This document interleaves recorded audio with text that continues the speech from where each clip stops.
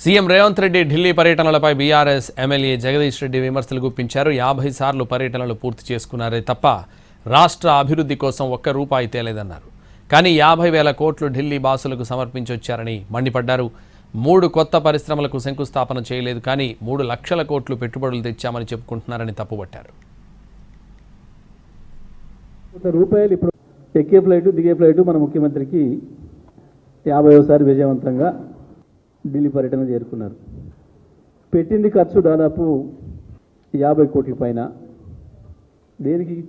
Just తిరిగి రావడానికి, ఢిల్లీ పోయి రావడానికి. తెచ్చింది 5 రూపాయలు లేదు, కనీసం 50 పైసలు కూడా లేదు. 5 లక్షల కోట్ల రూపాయలు ఇప్పటివరకు ఈ రాష్ట్ర ప్రజల పేరు మీద వచ్చిన ఆదాయం అయితేంది, తెచ్చిన అప్పుతో అయితేంది ఖర్చు చేస్తే కనీసం ఒక పైసా పని 20 నెలల కాలం, 50 ఢిల్లీ పర్యటనలు, 2 లక్షల కోట్ల అప్పు,